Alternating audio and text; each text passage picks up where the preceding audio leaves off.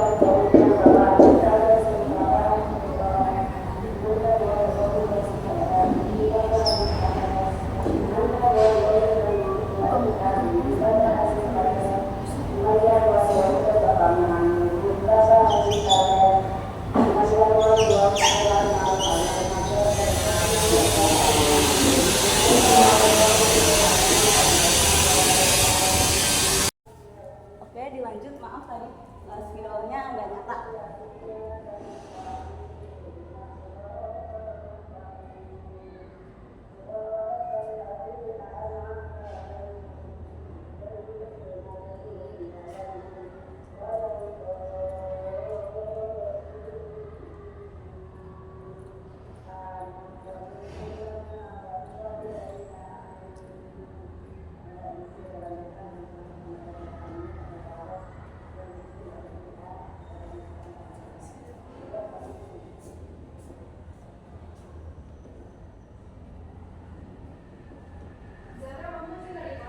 Masih.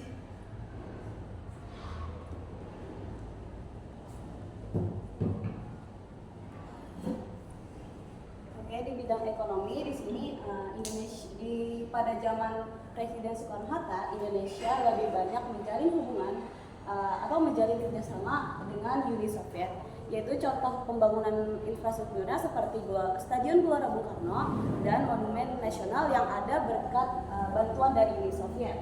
Terus setelah di tahun 1900, setelah peristiwa 1965, arah ekonomi Indonesia mulai berubah, di mana pemerintah Orde Baru mulai berpindah haluan ke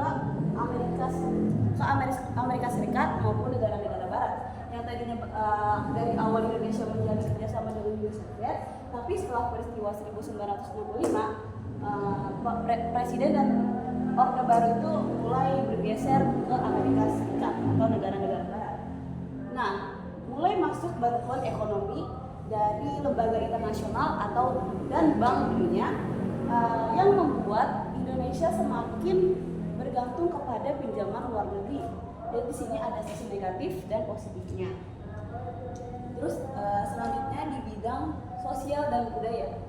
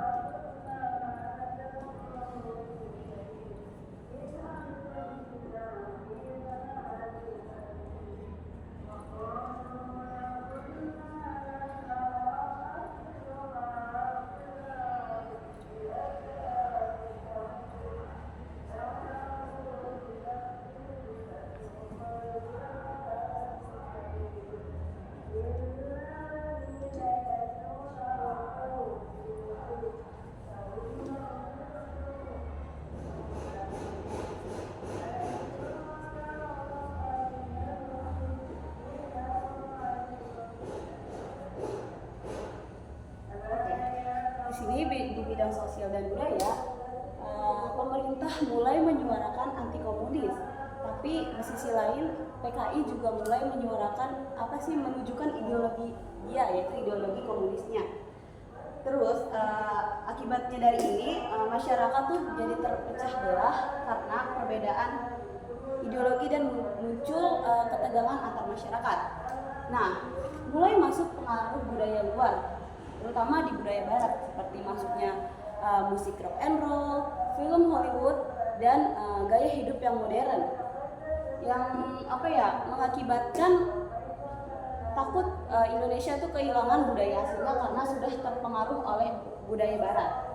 Selanjutnya munculnya diskriminasi, di mana di sini banyak orang-orang yang dituduh sebagai simpatisan komunis. Banyak dari mereka yang kehilangan hak, mendapatkan kekerasan, bahkan mendapatkan kekerasan dan dipenjara. Nah, selanjutnya ada di bidang militer dan pertahanan.